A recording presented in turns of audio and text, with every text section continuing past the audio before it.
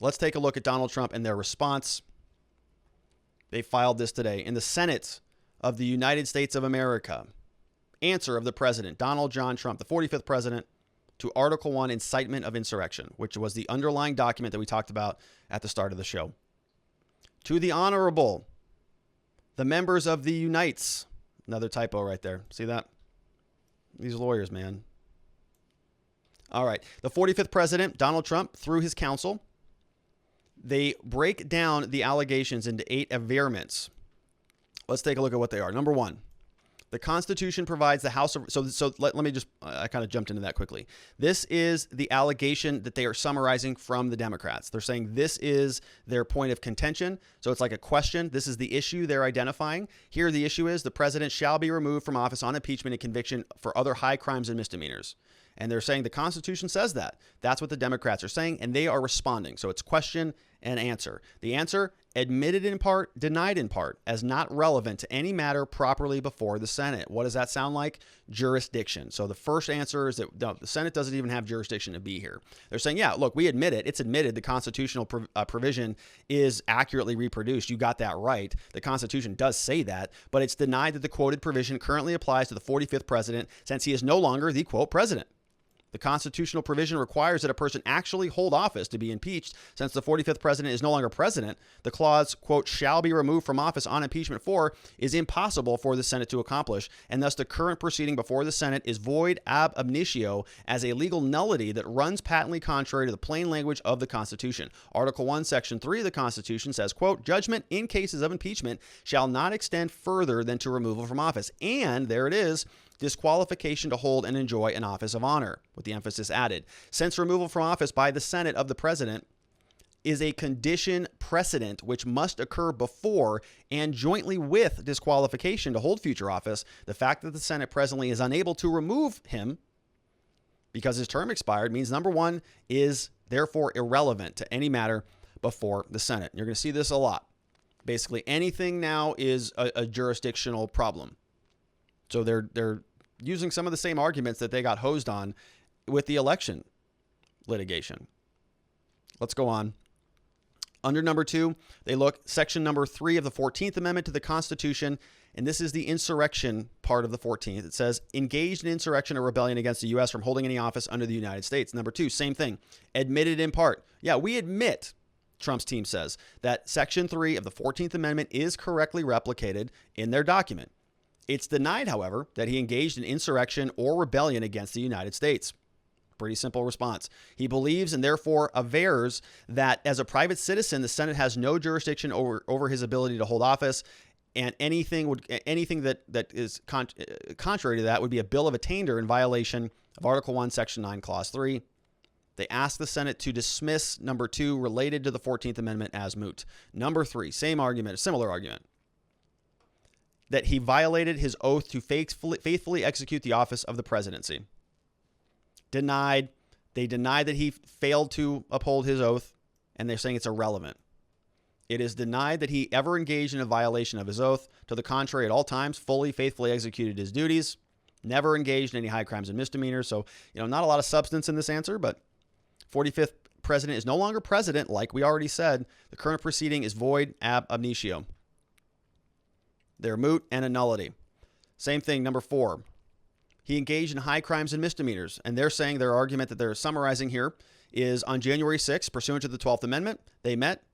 In the months preceding, he repeatedly issued false statements, and the results were the product of widespread fraud. All right? They say admitted in part and denied in part. It's admitted on January 6th, a joint session was taking place. It's also admitted that after November 3rd, the 45th president exercised his First Amendment right under the Constitution to express his belief that the election results were suspect, since with very few exceptions under the convenient guise of COVID-19 pandemic, quote, safeguards, states' election laws and procedures were changed by local politicians or judges without the necessary approvals from the state legislatures, which is the exact argument that we've been talking about here for a long time. What is the answer about that? We still don't have one.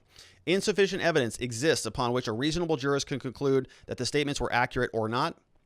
So it's up in the air, right? You cannot be definitively disproven according to them, and he therefore denies they were false. Like all Americans, he's protected by the First Amendment. He believes and therefore avers that the United States is unique on earth in that its governing documents, the Constitution and Bill of Rights, intentionally and specifically protect unpopular speech from government retaliation, which I absolutely agree with. If the First Amendment protected only speech the government deemed popular in current American culture, it would be no protection at all. Since the 45th president is no longer president, it's all void, right? And it's all irrelevant.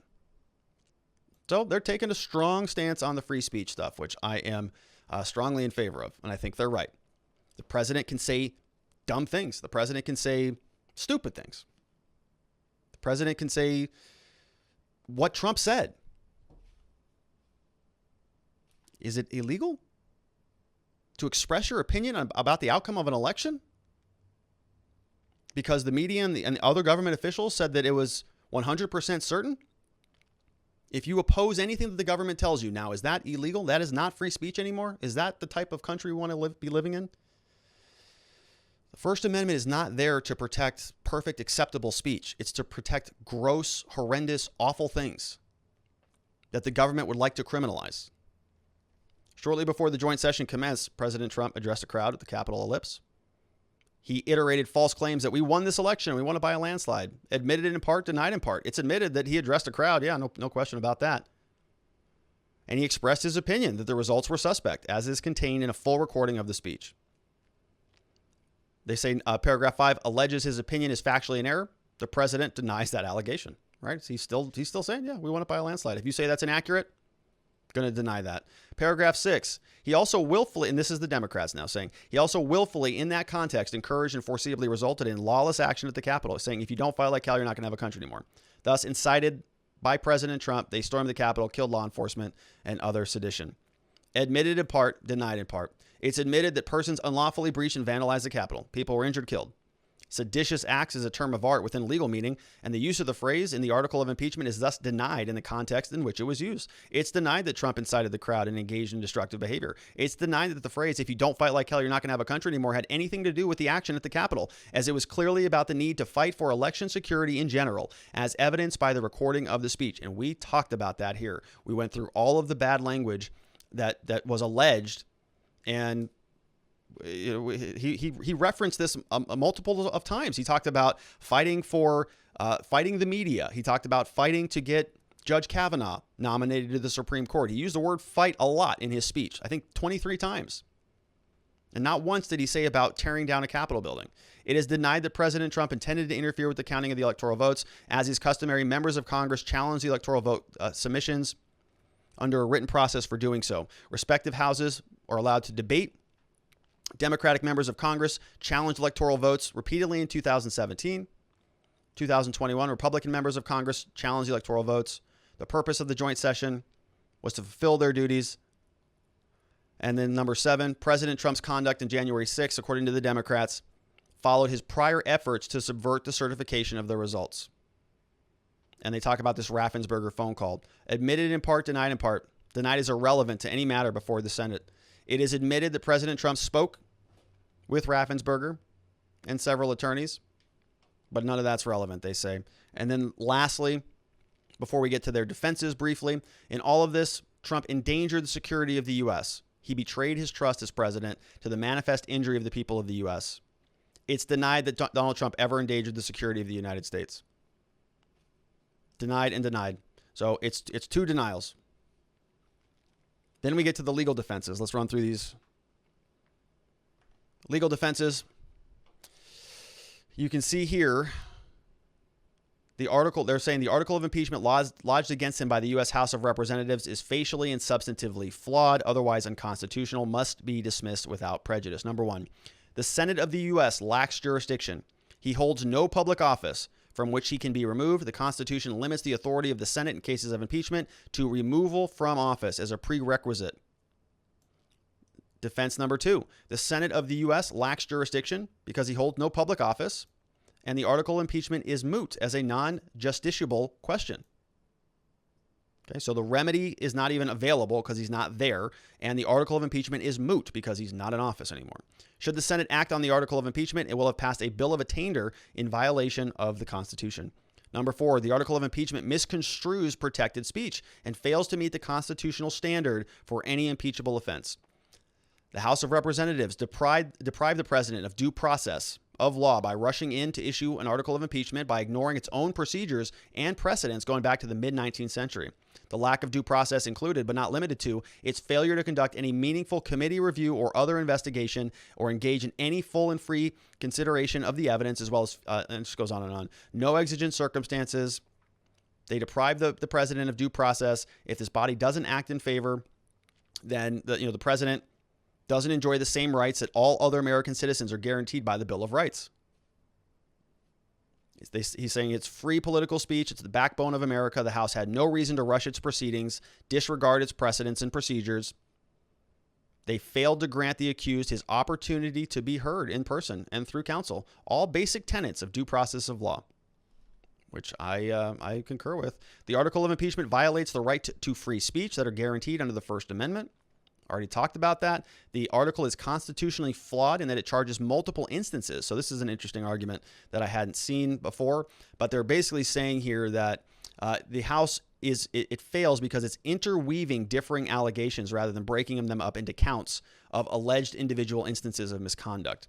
So what they're saying is that basically they're making several different claims in there, and if they're all lumped into one article, you can't differentiate between the claims. You can't say, all right, well, this one, the senators want to be able to vote, and this happens in criminal law all the time. So let's go all the way back to my candy analogy, right? If somebody is being charged for shoplifting for candy, the candy bar was stolen from the grocery store, and there was a Snickers, a Twix, and a Hershey's bar, okay? And we don't know if they took all three of those. So the government has to prove the theft of every one of those different items.